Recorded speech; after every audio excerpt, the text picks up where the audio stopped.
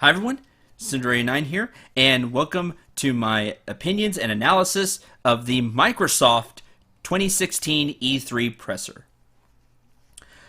Microsoft came out just right off the bat, showed off the Xbox One Slim, or the Xbox One S, as they're calling it, which is a slimmed down version of the Xbox One. They say it's 40% smaller. The battery pack, instead of having that big block just laying out somewhere, it's inside the Xbox. Says it supports 4K and Blu-ray. I think that that's cool. The price point they wanted to make sure to tell everybody was $300 for a 500 gigabyte hard drive, which you can fill up pretty fast if you download a lot of games. But there are also 1 terabyte and 2 terabyte versions. I believe the 2 terabyte version is $399. They didn't say that in the press conference.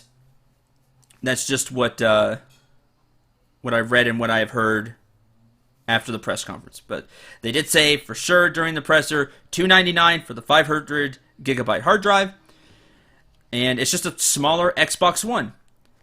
I'm going to talk about the weird choice that they have made at the end of the press conference. You'll see why. After they talked about the Xbox One Slim, they showed Gears of War 4 and announced before we get into Gears of War 4, because they said this first and they wanted to make this a big thing, and it's something you're going to hear for the rest of this press conference and the rest of my analysis, is they announced this Xbox Play Anywhere, I guess, program? I guess you could call it. Anyway, what it is that if you own the game on your Xbox One, and you have linked it to your Windows, you can link it to Xbox Live. You can own it on Windows 10 as well, because you can log on to Xbox Live on your Windows 10 PC. So if you own it on Windows 10, you own it on Xbox, and vice versa, is how I understood it. Which is neat, I guess. So if you have a save on your Xbox, you put your saves onto the cloud, and you can play it on your PC later if you're traveling somewhere. It's a really cool idea, and it goes to one of the big messages that Microsoft, has for this entire press conference. And again, we'll get to that later. But just know that's the Xbox Play Anywhere. I'll be saying if I made a note that, hey, this is a Play Anywhere game, because I did that for some of the games. I don't think I got all of them, but they're doing. That's one of the big things that they kind of pushed during this press conference, was this Play Anywhere. You own it on your Xbox One. You own it on your Windows 10 PC as well. Then they showed off Gears of War 4 gameplay. Co-op, which is cool. And that's what they showed off. They showed off co-op gameplay. Looked good. Looked like a Gears game. There were some familiar weapons that they showed off. I haven't played Gears in a while, so I'm not the biggest Gears player. But it did look good. Looked like there were still the same lots of environmental hazards that can instantly kill you type stuff. That's Gears. And they showed off a lot of set pieces during that gameplay, like working with your teammate, finding a new weapon called the Buzzkill, which shoots out saw blades, and you can shoot them off and have them ricochet to hit enemies.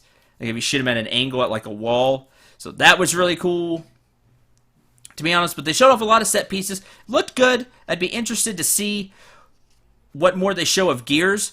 The one thing that I think could be a really big point is the story. And they've said that it all takes place on one day. So just this one crazy, hectic day. And I like that. You have a time period, timepiece set for this story. And a lot of it is going to take place at night.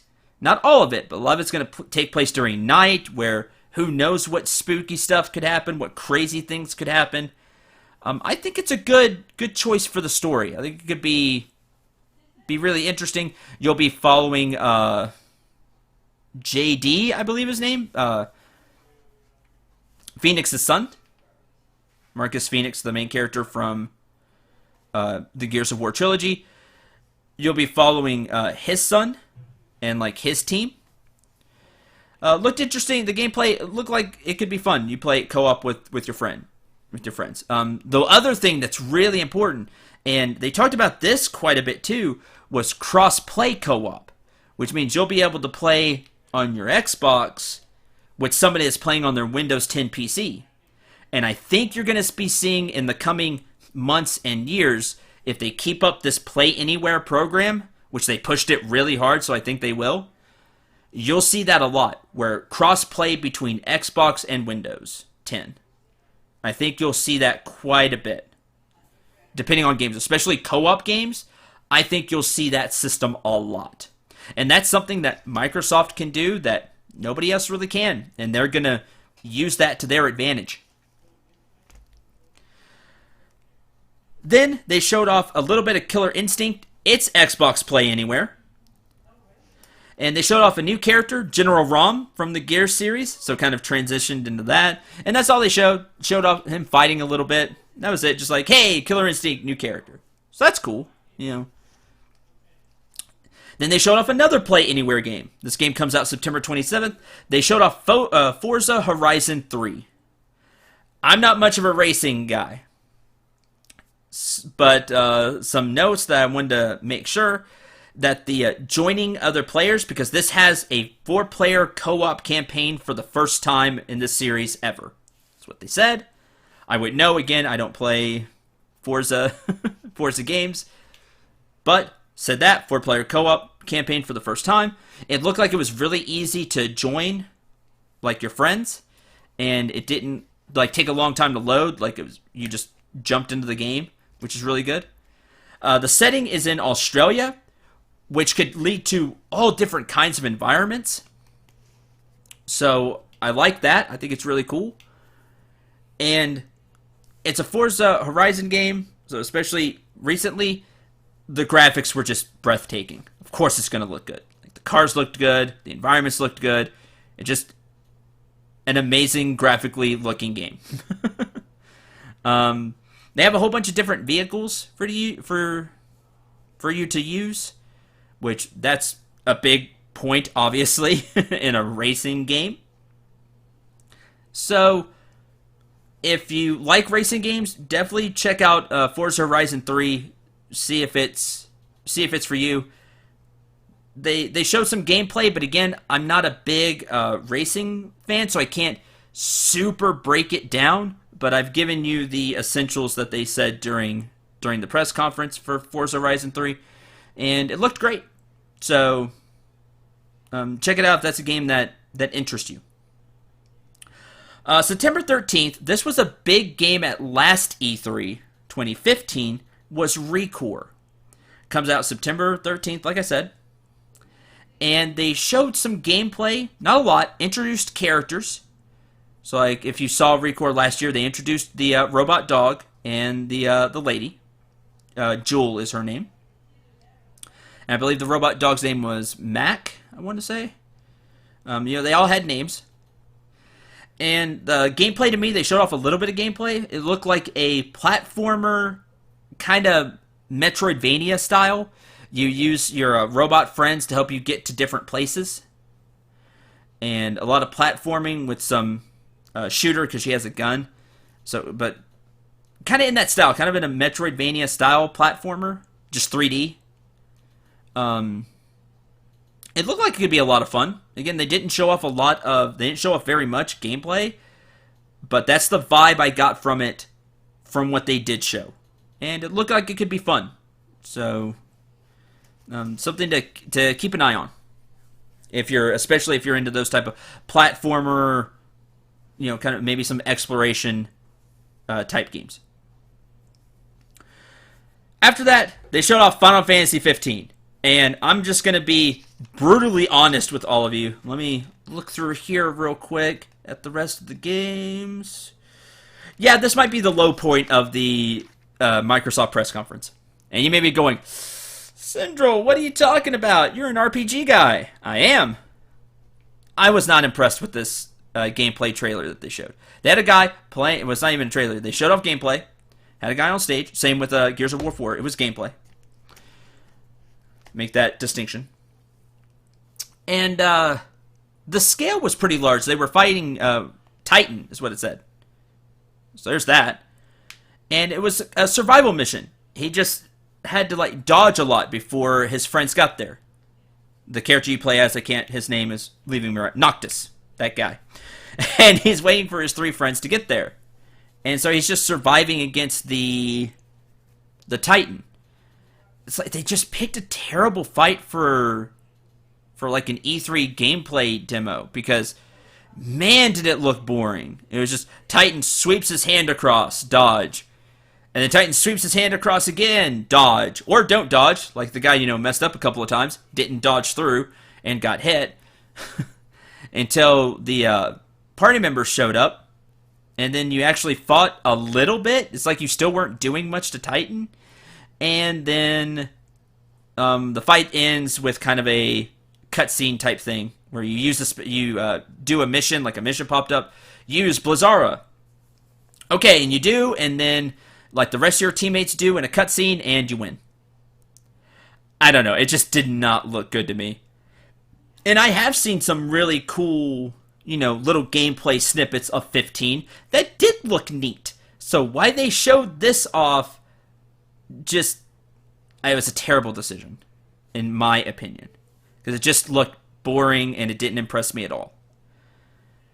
Your missions update in real time is like, do this. Okay, after you've done that, okay, now do this to kind of get the fight, this like boss, quote-unquote, fight going. It seemed more like a kind of fight. Not even like a puzzle boss, just like a step-by-step fight that you do. You do these steps to end the fight. Like, you're not even really fighting. You're just waiting for the next step you have to do. There's a word for it that I'm looking for, and I'm not finding it. But anyway, it did not impress me at all. September 15th comes out September 30th. Will I end up picking it up? Yeah, because it's a Final Fantasy game. The thing that I can say about Final Fantasy 15 that I saw during this gameplay demo was you switch between your party members, and they have different weapons that they use. So that could be a way that you use different weapons. And that's about all that it showed. You could dodge through enemies because you kind of like warp a little bit. It's not like you're dodge rolling. You just you teleport a little bit. It's like a warp. So that's how he was able to like warp through the hand of the golem when it was, or the Titans are, when it was just raking across the battlefield. I don't know. It just does. What's going to be the key to me for Final Fantasy 15 is because it seems like you're traveling with your friend. Noctis is traveling with his friends the whole time, and that's a really big thing. These 4 buddies on this road trip. That's what I get the feeling of, because they like drive around in a car, going on this adventure. That's all I've gotten from this game so far, so it better be good. Like, the dialogue has to be good. The story of your friends has to be good. They have to nail it, or this whole game will fall flat on its face, in my expert opinion. I would like to think I am an RPG expert. I've played many more RPGs than I have any other game. I've played a ton. I've analyzed them for reports, for universities, for professors, just as a semi-amateur career as well, because I don't write for Game Informer or anything like that. But I have a lot of experience with RPGs, so I would like to say, in my expert opinion, that is what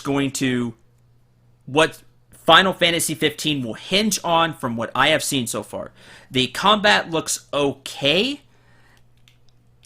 If it's more free-flowing than what I have seen so far, it could be a lot of fun, but it looks kind of clunky for what's supposed to be an action-type RPG.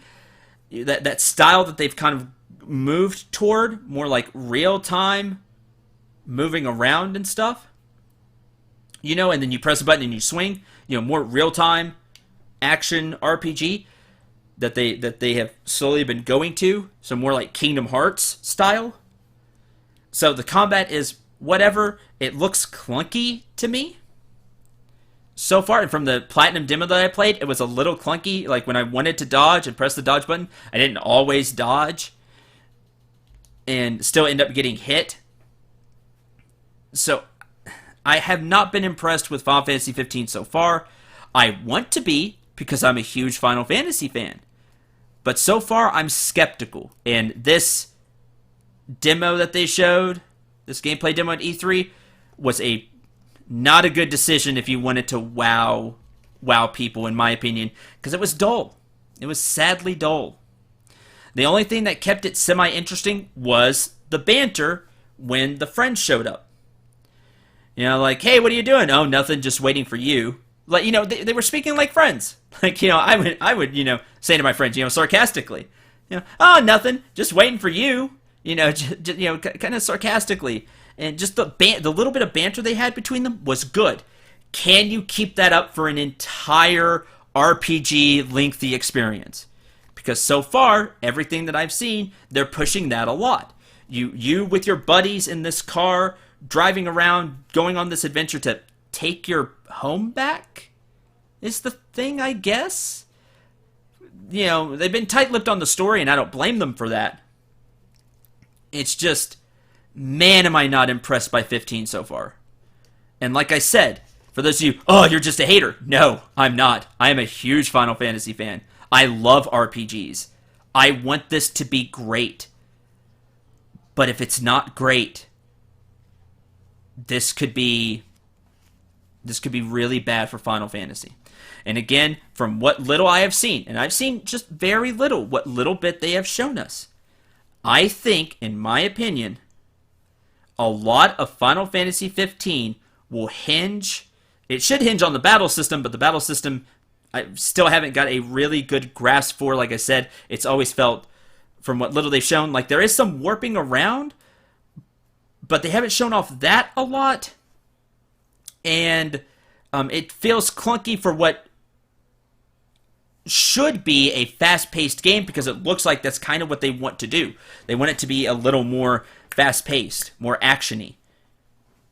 Like I said, in like a Kingdom Hearts type vein. And from what I've seen, it's not there yet.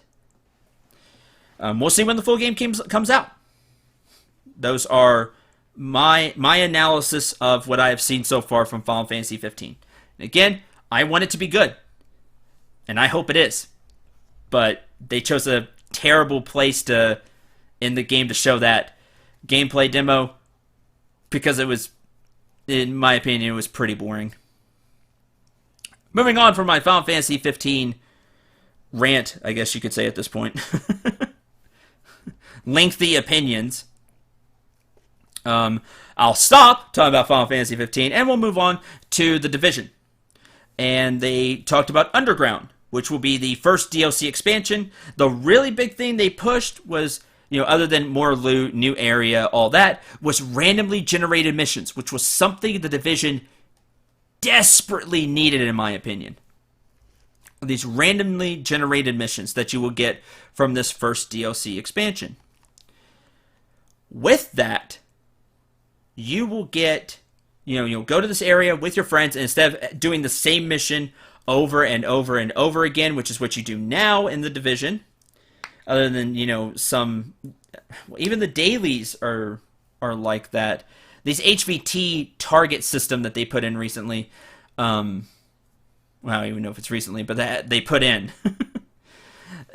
varies that up a little bit, but these will be like you're on a mission, like you're on one of the story type missions, from what I gathered from this, on a mission like that, except they'll be randomly generated, which will add a ton of replayability to The Division, which a lot of people have stopped playing because, in my opinion, it just gets stale. There's just not stuff to do after you get gear and you've already reached max level, you have the stuff, the skill trees aren't as in-depth as I was hoping for. So hopefully they're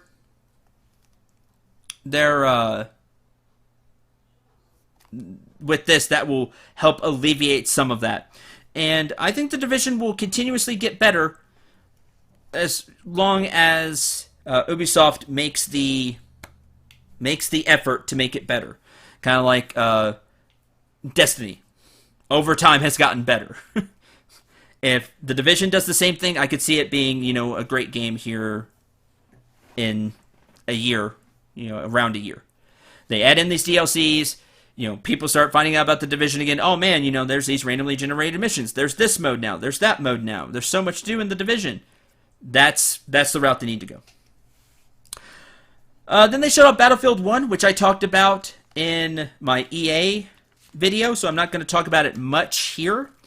But there is a point that's brought up that I would like to make right now. First, you can get Battlefield 1 on Xbox if you have EA Access on the 13th instead of the 21st. That's the first thing. I don't have this EA Access thing, so I don't know what that is. But there's that. You can get it first on Xbox. And this is... And DLC, I'll end up talking about, some of the stuff later, but it happens a lot for DLC. And I think this is the new trend. That games, maybe, like this one, you get it first on Xbox, like almost a week, a little over a week earlier. But especially DLC and maybe even games, like this could be the start of the new trend. Exclusives from third-party developers. So, not your first-party developers like Mario and, Zelda and, Gears and things like that. The first-party titles. This won't happen. But third-party titles like Battlefield, your Call of Duties, well, not your Call of Duty, but like Battlefield, which goes to multiple consoles, exclusives are fading away unless the company themselves make it. Because there's more money in, why should I just be on your platform when I could be on your platform, the PlayStation, and the PC? And maybe even the NX from Nintendo, if it's up to snuff. I mean, why should I just be with you? There's more money in it for me to be on multiple platforms. So that's done. I think you're seeing exclusives fade away slowly, except for, like I said, the first-party titles that, the company makes themselves, and they're not letting go. But what could be the new trend is, hey, if you pay me a little extra more than these companies, you get it first. You see this a lot with DLC. Yeah, and we have the new Call of Duty DLC 30 days before Xbox One or 30 days before PlayStation 4. You get it first. That is going to be the new normal, in my opinion, ladies and gentlemen. That's what I foresee. That's going to be the new thing. Or, hey, if you're with Xbox, and you have this special program, you can get your game 3 days beforehand. Now, I don't see that one happening as much, just because you want to release everything at the same time. But you never know. This could be the new thing. Yeah, hey, if you have the special EA access, you get it first on Xbox a week and a day earlier than your PlayStation and PC buddies. Maybe that's a deal. But especially DLC, that is definitely what's happening. It's happened for a while, but you're really going to see it push now, I think. Because with less and less exclusivity on titles from big developers, even some smaller developers, where they just put it out on all platforms, you're going to see this more and more. Hey, yeah, everybody has it, but you get it earlier with us. Or you get this DLC earlier with us. I think that's going to be the trend sooner than later. I think that's how it's going to go. From just the vibe from this E3 and some stuff that's happened in the past with like DLC. I think that's where that's going to go.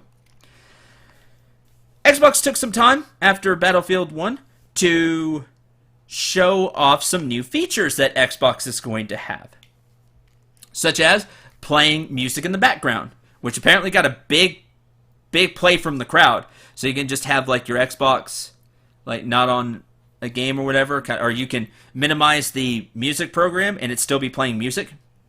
That's cool. They're going to add Cortana, like Siri, except it's Cortana, to Xbox, to the Xbox One. Clubs, which are like making communities. So like the Shooting Star community that I have on Steam, something like that you can find the link to at the top of the main page for the channel. Like that. A community like that. Also, they introduced a looking for group system, like in MMOs, except for every game. For example, I really like to play, looking for a game just really close by, Samurai Warriors 4. I like playing Samurai Warriors 4, and it does have a online co-op, I believe. Hadn't played it in a while. Man, I sure wish I could find other people that really like to play Samurai Warriors 4. Well, with this new looking for group system, you turn it on and it says that you're looking for somebody to play Samurai Warriors 4 with. And then somebody else that was looking that same way, you get together and hey, now you can play Samurai Warriors 4. If you've played any MMO and they have those looking for group systems to like take on this dungeon or whatever, it's like that, except for whatever game you're playing. I think it's pretty cool. And you could also use these communities, these clubs, like if there's a Samurai Warriors 4 fan community. Oh, I'm going to join that. I really like Samurai Warriors 4. So that's neat. They're just expanding on finding people to play with, connecting with other people, if you will. And then they also announced Arena, which is a new tournament platform that Xbox is pushing. If you watch the EA press conference, does that sound familiar? Like what they're doing with their sports? Yeah, but Xbox wants to do that as well. Have this big tournament platform where you do, I don't know what level. They didn't go too much into this Arena thing. But that's mainly what they said. It's going to be a tournament platform. So, and EA Sports is on board. Some of their really big events, those EA major events, will be on the Xbox Arena. Very interesting. Again, pushing kind of the esports part of gaming. That's what that sounded like to me, that Arena part. But I like the idea of the looking for group and clubs. How well is it going to work? I don't know. But I think it's a good idea. After that, they went into Minecraft. And I don't play Minecraft. Let me just get that front and center. I'm not a Minecraft person. But this summer, fall, there's going to be some updates. And they said there's going to be even more information at Minecon. I didn't even know that existed. Apparently there's a Minecon. I'm sure 99% of my audience does, all of you that play Minecraft, because probably a lot of you do, because a ton of people play Minecraft. I don't. There's a Minecon. Neat. This update is called the Friendly Update, which I do like that. I like that it's the Friendly Update. Why is it called the Friendly Update?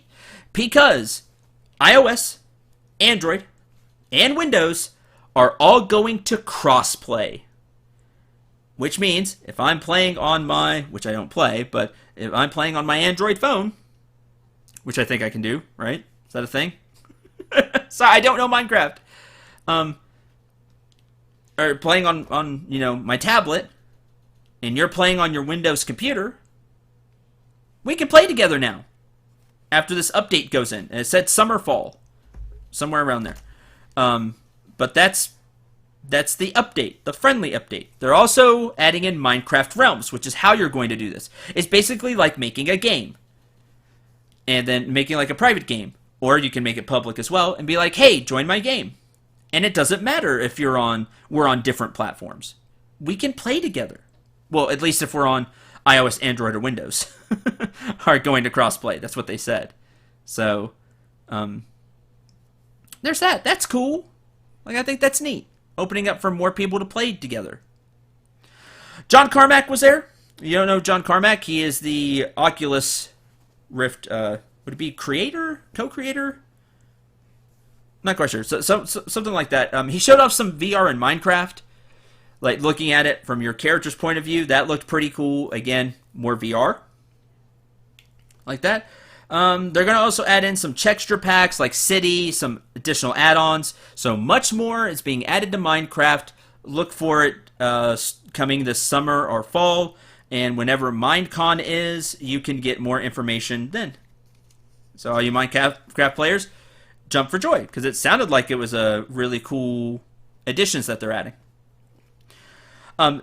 This was pretty neat. Their next thing that they showed. It's called the Xbox Design Lab. You can find it at xbox.com, and it's basically ordering a custom controller, but not like a custom controller like a Pro or like a Scuff controller or anything like that.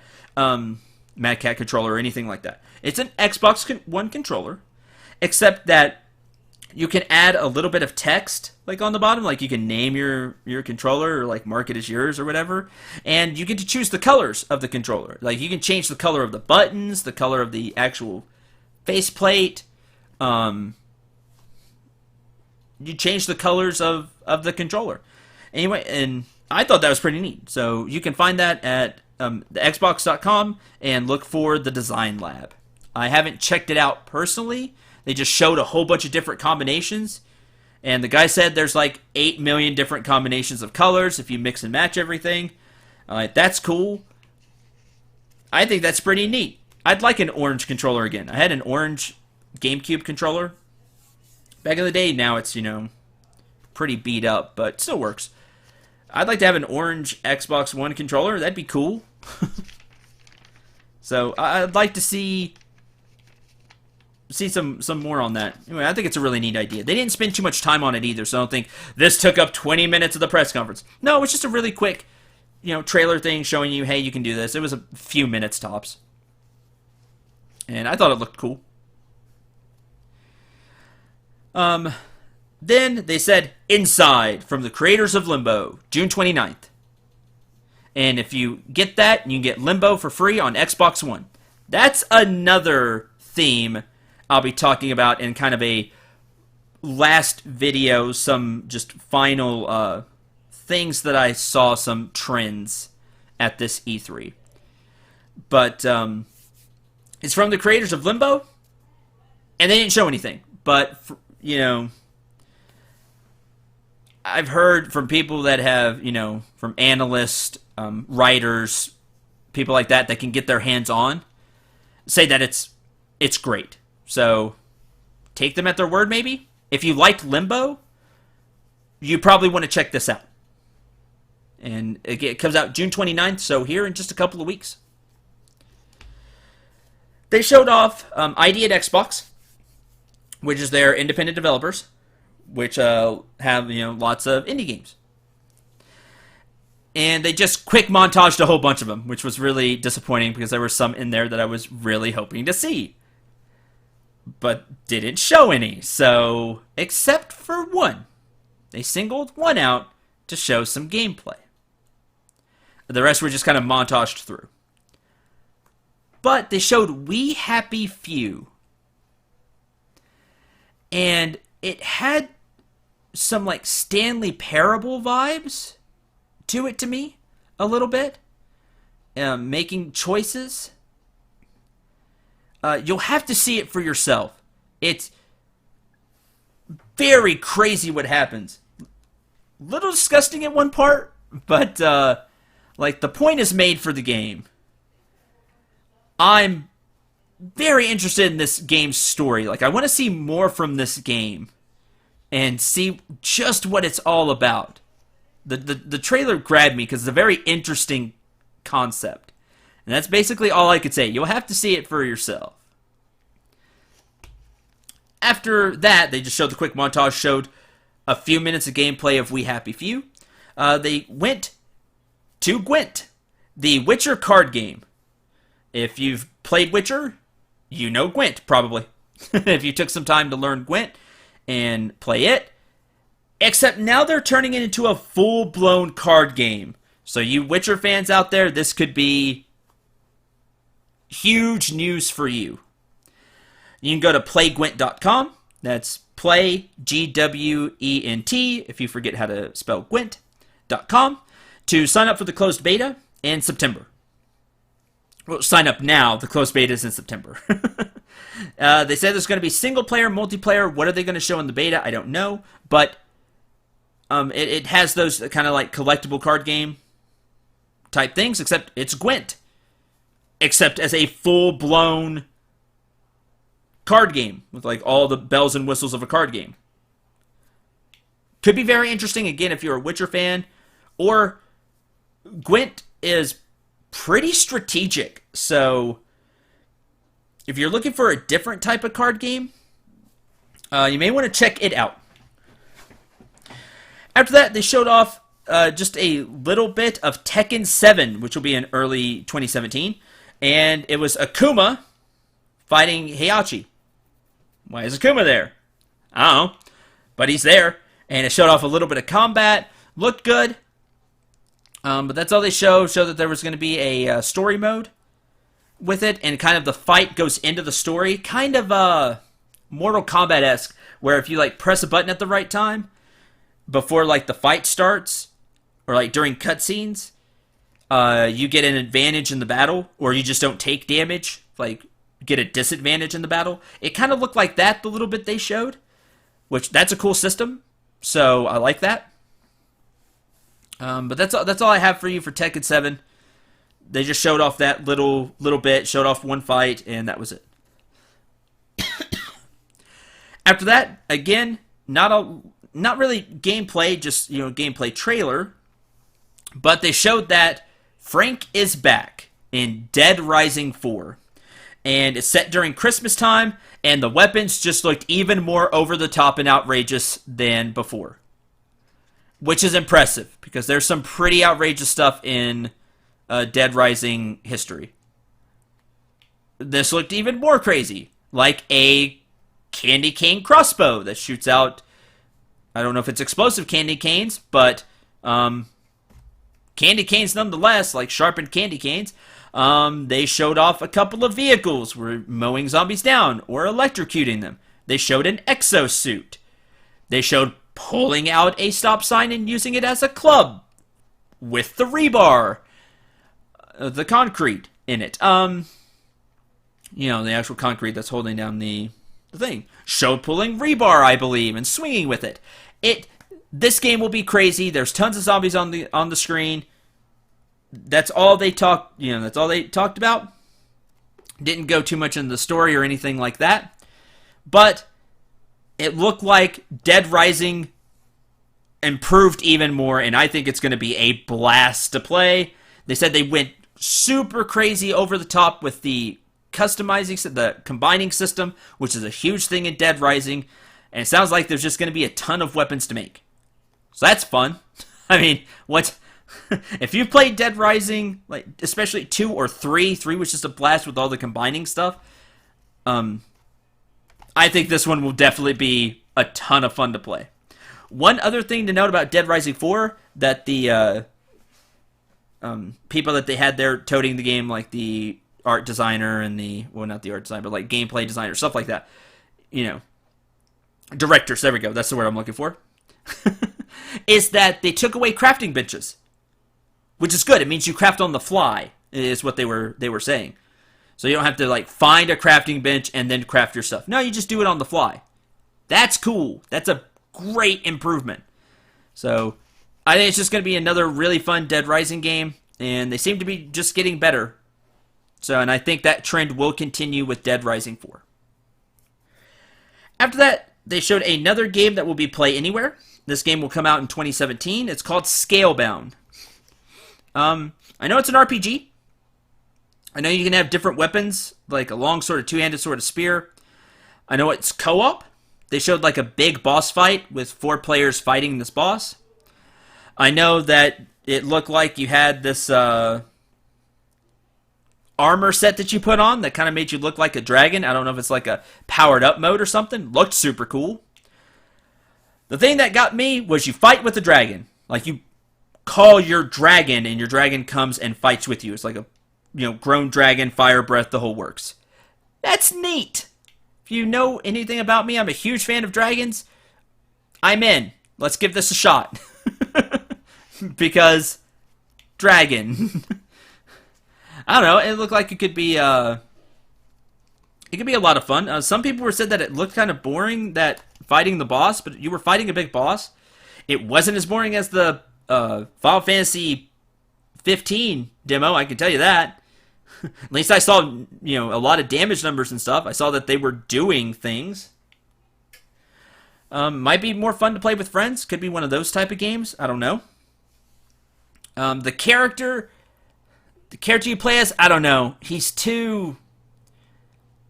I don't know how to describe him. You'll have to see it for yourself. Look at the Scalebound character. I don't know. He just feels like he could be one of those characters that just gets on my nerves more often than he is cool. I hope that's not the case, but it kind of seems like that's going to be the case. So, hopefully it's not the case. We'll see. I don't know what to think about the character, but I thought the combat looked okay. He had like a bow and arrow and he was shooting. I like the whole like power up dragon armor mode and actually calling a dragon and fighting with your dragon. Like riding the dragon and having it shoot fireballs and stuff. Neat. I'm in. I'll give it a try if nothing else. Other than that, I don't know much about Scalebound. So, like they said, 2017, we'll find out more about it as the months pass, I'm sure. They showed off next a game made by Rare. It's called Sea of Thieves. Showed this off last E3, but now they actually showed some gameplay. And they showed 3 teams, kind of in a streamer style as well. Like you had their face in the upper like left corner. And they were broken up into 3 teams. They Rare said they gave them no tutorial. And that they were just, I guess they were streamers. They said they were fans. I don't know if they're fans. They may be fans too, but they may be streamers or something like that. And you're basically pirates, and you have a pirate ship, and you go around looking for treasure, and you work with your teammates. And working together was key. You had somebody at the helm. You had somebody working the masts. And when they put in somebody like looking in the crow's nest. Because when the sails were brought down, so the ship could, go, the captain can't see because the sails are in the way. So he's taking directions from the person at the crow's nest. And he can, see, side to side, but he can't see directly what's in front of him. So working together is very key. And it just looked like it could be a lot of fun. I think this shows like an age difference. Some of like the reviewers or analysts that I saw were like, those people in the corner, hearing them just, drowned out the fun for me, just drained it from me, hearing what they were saying and talking about the game when I'm just trying to enjoy the game. And that's, I don't know, I don't agree with that because, yeah, a few of them got on my nerves, I guess. I think it was important to show how much fun they were having and how much they were talking with each other. Because that's going to be the biggest thing about this game to me, from what little they have shown so far of Sea of Thieves, is that it's going to be a blast to play with friends or with people you know. And, you meet another ship. Oh man, man the cannons and do this. And they were talking just like we would with our friends. Like, oh man, I got this. They were talking like normal people. And talking like you would with your friends, I think. Even though, they may not know each other. You just imagined a little bit of how you would play this game with your friends and what you would talk about. And I think it was actually really good that they did that. And the other thing they were doing, and I do agree with this that some people have said, those same kind of fuddy-duddy people, they just wanted to appeal to the stream culture. And that this would be a good game to stream. Okay, well that's important too. There's quite a few people that do stream games. Yours truly now, from time to time. So, it is good to show that, hey, you could stream this game. But more importantly to me, what I took away from it is, hey, you can play this game with your friends. And just have a really good time playing with your friends. And that's really important. So, there's my take on Sea of Thieves. After that, they showed just a trailer. But this game looks to have co-op, which would be really cool. And it's slated for 2017, sometime, probably late. State of Decay 2. My friend Duck was a huge fan of the first State of Decay. And if you're a fan of State of Decay, there will be a State of Decay 2. So keep your eyes out for that. February 21st, a full-fledged date, February 21st, 2017, Windows 10, Xbox One, Halo Wars 2. There is a week-long beta that started Monday, so it's on right now. If you have Windows 10 or Xbox One, I think it's for both. The beta's for both.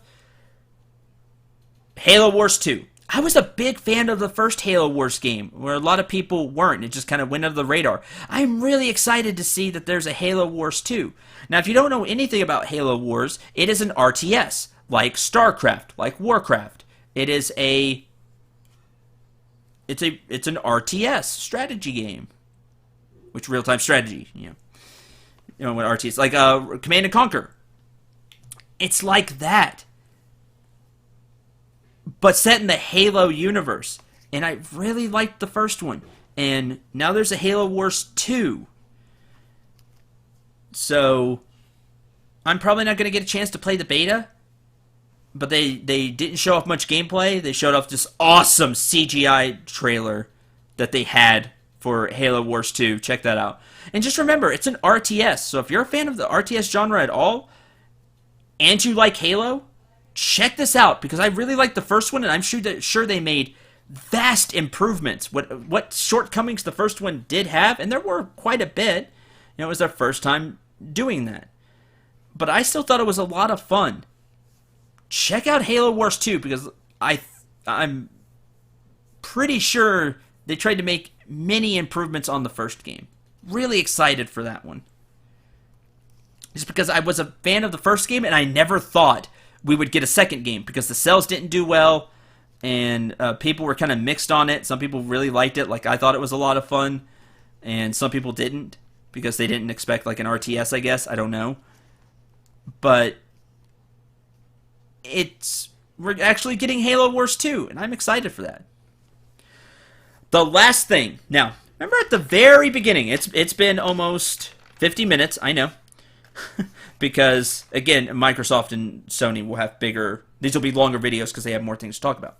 And they're longer press conferences. Remember at the very, very beginning of this video, I talked about the Xbox One Slim. $299, 40% smaller, integrated battery pack, 4K Blu-ray, but it's basically like your Xbox One, slightly better and smaller. That's pretty much what the Xbox One S is. At the end, they talked about Project Scorpio, which is set for holiday 2017. So about a year and a half from now. 4K gaming, 8 CPU cores. It's their new 6 teraflops of power. Like, they kept saying it like that means something to most people. Like, I thought that was a term they made up, to be brutally honest with you. I've never even heard of a teraflop until one of my friends told me Kung Fu Squirrel was like, oh yeah, that's a real thing. Okay. It sounds made up, though. So they kept spouting it off because apparently it's such a big deal. But anyway, 8 CPU cores. It's a more powerful Xbox One. Like, it's supposed to be, they are touting it, it's going to be the most powerful console on the market when it hits. Now, here's my question. Now, just follow me on this. Now, who knows what the price point's going to be? That's going to be the interesting thing here. But, if you're buying a new Xbox One console, and you have money, some money to buy like a new console, like $600. Let's say it's $600. I don't know. This is me guessing. It could be more, maybe less. Who knows? They haven't said. Why would I buy a Slim now if I have an Xbox One that's working? Why would I buy a Slim and then a year and a half from now, there's this new powerful Xbox One that's called Project Scorpio? That's the code name for now. That doesn't, why? So it's weird that you announce both the Slim and this Project Scorpio in the same press conference, because you're telling people, hey, buy the new Xbox One Slim and you can have a smaller Xbox One. Okay, cool. And then a year and a few months after that, we're going to have this new shiny Xbox One that is way more powerful than that Slim you just bought.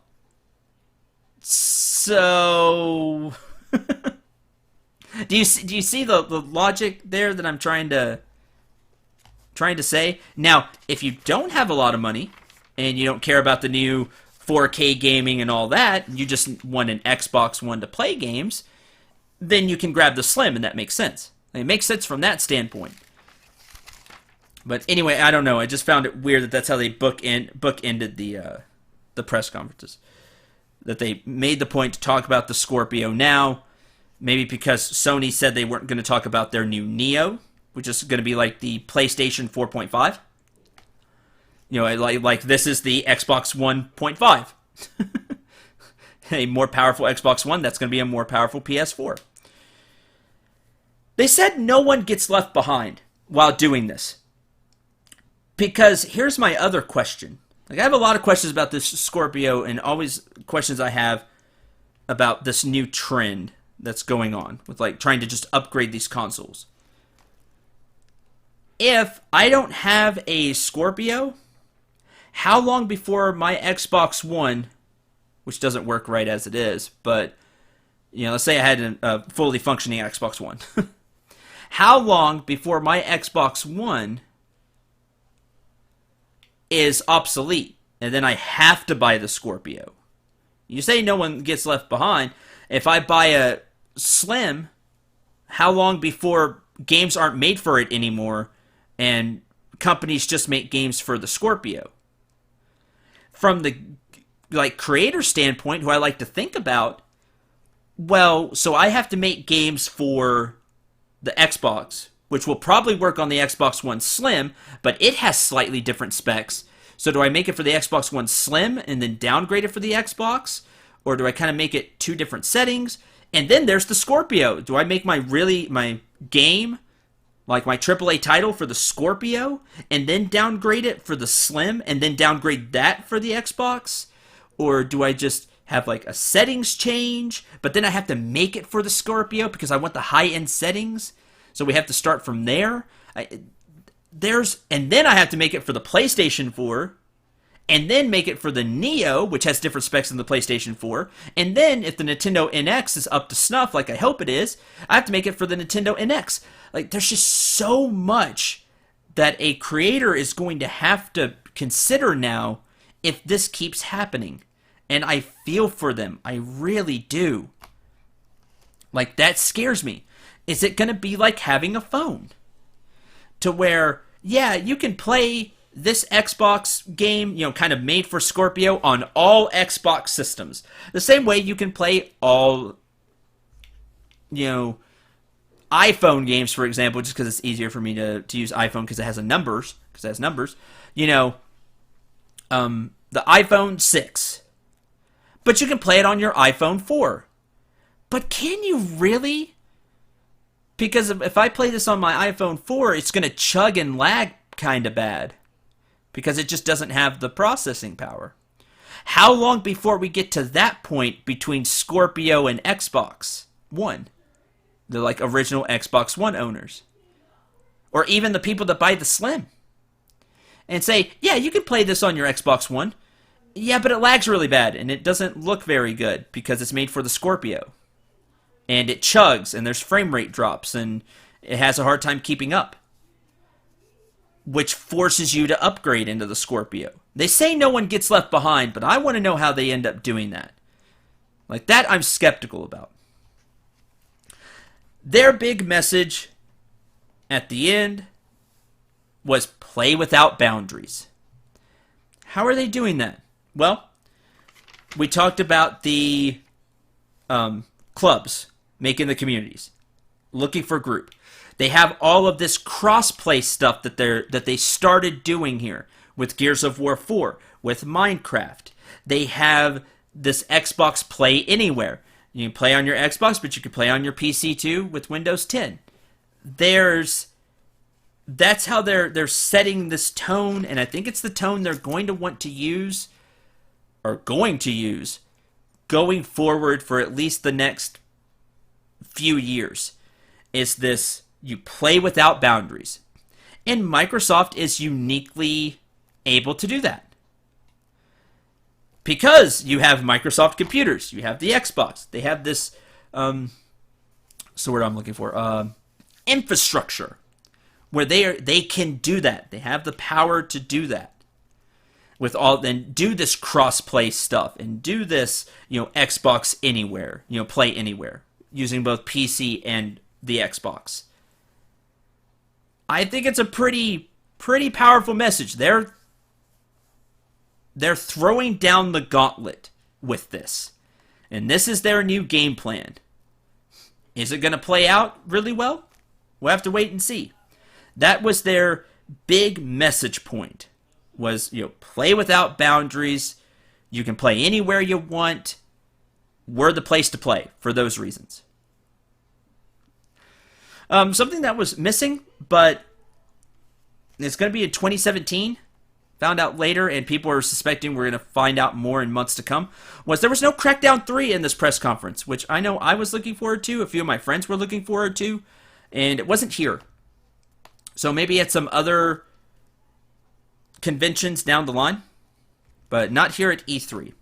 So that's going to do it for the look into Microsoft's presser, my opinions, my thoughts, and I know this is almost an hour long, and I expect Sony to probably be as long. Maybe. We'll see. But they're not next. Next in the day was Ubisoft. And their very Ubisoft-like press conference. So, what does that mean? Well, you're going to have to find out and see next time. Thanks for watching. If you enjoyed my analysis or opinions, or just like me actually doing things like this for E3 and maybe some other events down the line, please press the like button for the video. Let me know that you did like it. And until I go over Ubisoft's press conference, I'm Cendril89. Remember to shoot for the stars and take care, everyone.